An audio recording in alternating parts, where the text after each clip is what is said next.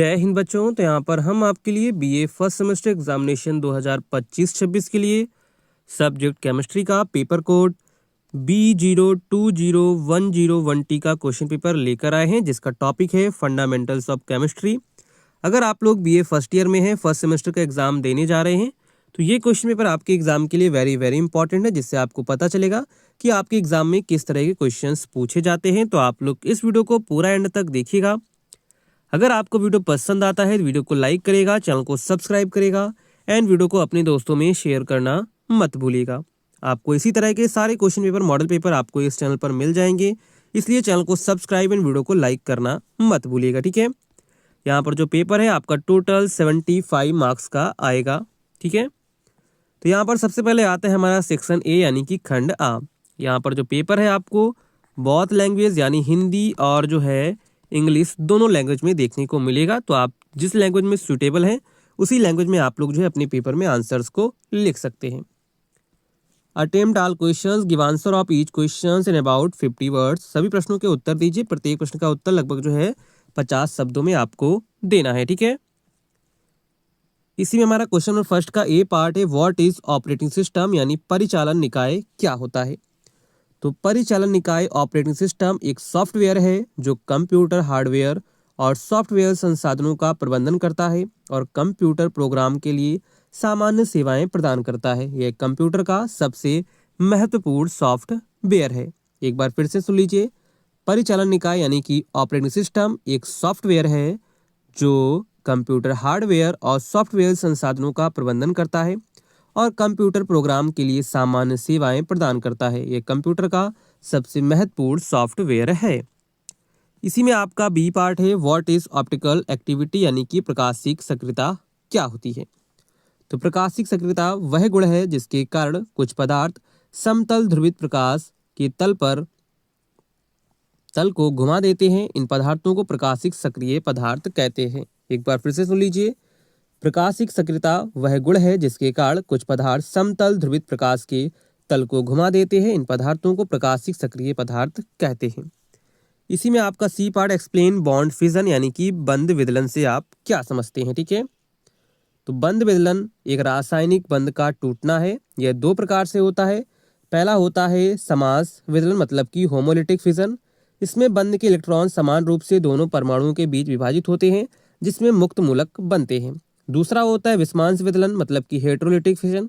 इसमें बंध के इलेक्ट्रॉन असमान रूप से विभाजित होते हैं जिससे एक परमाणु पर धनायन और दूसरे पर ऋणायन बनता है।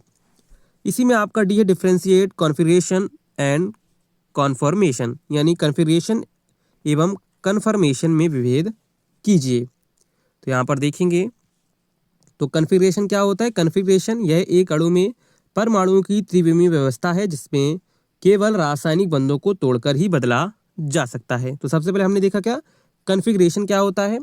तो यह एक अणु में परमाणुओं की त्रिविमीय व्यवस्था है जिससे केवल रासायनिक बंधों को तोड़कर ही बदला जा सकता है। इसके बाद है कन्फर्मेशन। तो यह एक अणु में परमाणुओं की विभिन्न त्रिविमीय व्यवस्थाएं हैं जो एकल बंधों के मुक्त घूर्णन के कारण उत्पन्न होती है। इन्हें बंधों को तोड़े बिना एक दूसरे में परिवर्तित किया जा सकता है, ठीक है। इसी में आपका ई पार्ट, डिफाइन रेजोनेंस एनर्जी यानी अनुनाद ऊर्जा को परिभाषित कीजिए। तो अनुनाद ऊर्जा किसी अणु के वास्तविक ऊर्जा और उसकी सबसे स्थिर अनुनाद संरचना की ऊर्जा के बीच का अंतर है। यह अणु की स्थिरता को दर्शाता है। तो अनुनाद ऊर्जा क्या है।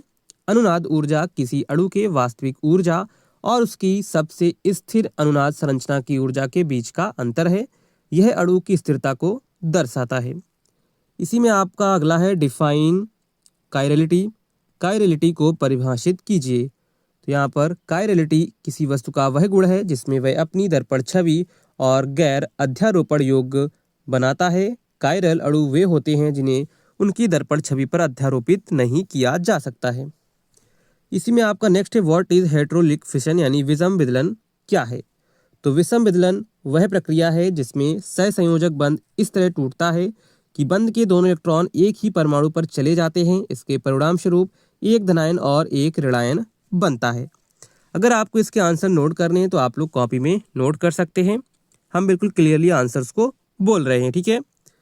डिफाइन मेसो कंपाउंड मेसो यौगिक परिभाषित कीजिए। तो मेसो यौगिक एक ऐसा अणुक है जिसमें कायरल केंद्र होते हैं, लेकिन वह प्रकाशिक रूप से निष्क्रिय होता है क्योंकि उसमें एक आंतरिक सममिति तल होता है। इसी में आपका अगला है, what do you mean by effective nuclear charge. प्रभावी नाभिकीय आवेश से आप क्या समझते हैं। तो प्रभावी नाभिकीय आवेश एक परमाणु के बाहरी इलेक्ट्रॉन पर नाभिक द्वारा अनुभव किया जाने वाला शुद्ध धनात्मक आवेश है। यह नाभिक के कुल आवेश यानी परमाणु संख्या में से आंतरिक इलेक्ट्रॉन के परिरक्षण प्रभाव को घटाकर प्राप्त होता है।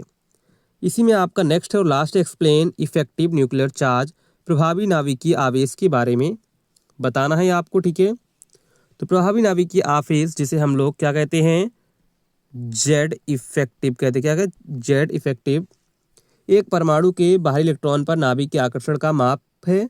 आंतरिक इलेक्ट्रॉन नाभिक और बाहरी इलेक्ट्रॉन के बीच एक ढाल बनाते हैं जिससे नाभिक का कुल धनात्मक आवेश बाहरी इलेक्ट्रॉन तक पूरी तरह नहीं पहुंच पाता है। इसमें जो है निम्न सूत्र से दर्शाया जाता है, Z effective equal to Z minus K S. ये आपका जो है फार्मूला हो जाएगा, ठीक है। जहां जेड जो है परमाणु संख्या है और जो एस है वो परिरक्षण स्थिरांक है।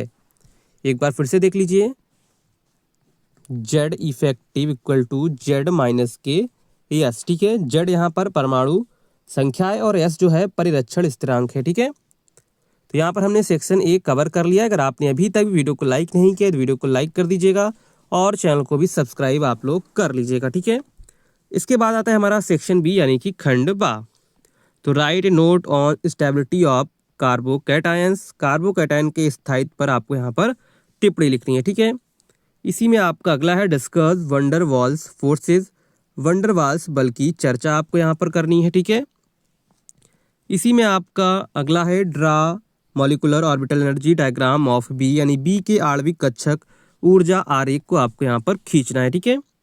इसी में आपका क्वेश्चन नंबर 5 है, डिस्कस स्लेटर रूल्स, यानी स्लेटर नियम की आपको यहाँ पर चर्चा करनी है। इसी में आपका अगला है, right about polling scale. Pauling scale के बारे में बताइए, ठीक है। इसी में आपका क्वेश्चन नंबर 7 है, discuss variation of ionisation energy in group and period of periodic table. आवर्त सारणी के समूह एवं आवर्त में आयनिक ऊर्जा के परिवर्तन को समझाइए, ठीक है। इसी में आपका 8वां प्रश्न है, डिस्कस अबाउट हाइपर कंजुगेशन। अति संयुग्मन के बारे में विस्तार से आपको यहाँ पर समझाना है। डिस्कस रिएक्शन ऑफ बेंजीन, यानी बेंजीन की अभिक्रियाओं को बताइए। तो यहाँ पर हमारा जो सेक्शन बी के सभी क्वेश्चंस को यहाँ पर हमने डिस्कस कर लिया है। ये सभी क्वेश्चंस आपके एग्जाम के लिए इंपॉर्टेंट है, तो आप लोग इन सभी क्वेश्चंस को अच्छे से तैयार कर लीजिएगा, ठीक है। इसके बाद आता है हमारा सेक्शन सी। क्वेश्चन नंबर 10 है, राइट ए नोट ऑन कार्बीन्स, यानी कार्बन पर एक आपको यहाँ पर टिप्पणी लिखनी है, ठीक है। Discuss hydrogen bond and its various role. Hydrogen बंध की चर्चा कीजिए एवं इसकी विभिन्न भूमिकाओं के बारे में बताइए, ठीक है। इसी में आपका क्वेश्चन नंबर 12 है, डिस्कस जियोमेट्रिक आइसोमेरिज्म इन ऑक्सिम। ऑक्सिम की ज्यामितीय समावयवता समझाइए। इसी में आपका लास्ट है question number 13, discuss hyper conjugation, यानी अति संयुग्मन को समझाइए, ठीक है। तो यहाँ पर भी आपको इन सभी क्वेश्चंस को अच्छे से तैयार कर लेना है। ये सभी क्वेश्चंस आपके एग्जाम के लिए वेरी वेरी इंपॉर्टेंट हैं, ठीक है। तो इन सभी क्वेश्चंस को अच्छे से तैयार कर लीजिए। अगर आपको इसका डिटेल में आंसर चाहिए तो आप लोग कमेंट करके ज़रूर बताइएगा, तो हम उस पर जो है अलग से एक प्रॉपर वीडियो बना देंगे, ठीक है। तब तक आप लोग इन सभी क्वेश्चंस को अच्छे से तैयार कर लीजिएगा। ये आपके एग्जाम के लिए वेरी वेरी इंपॉर्टेंट है, ठीक है।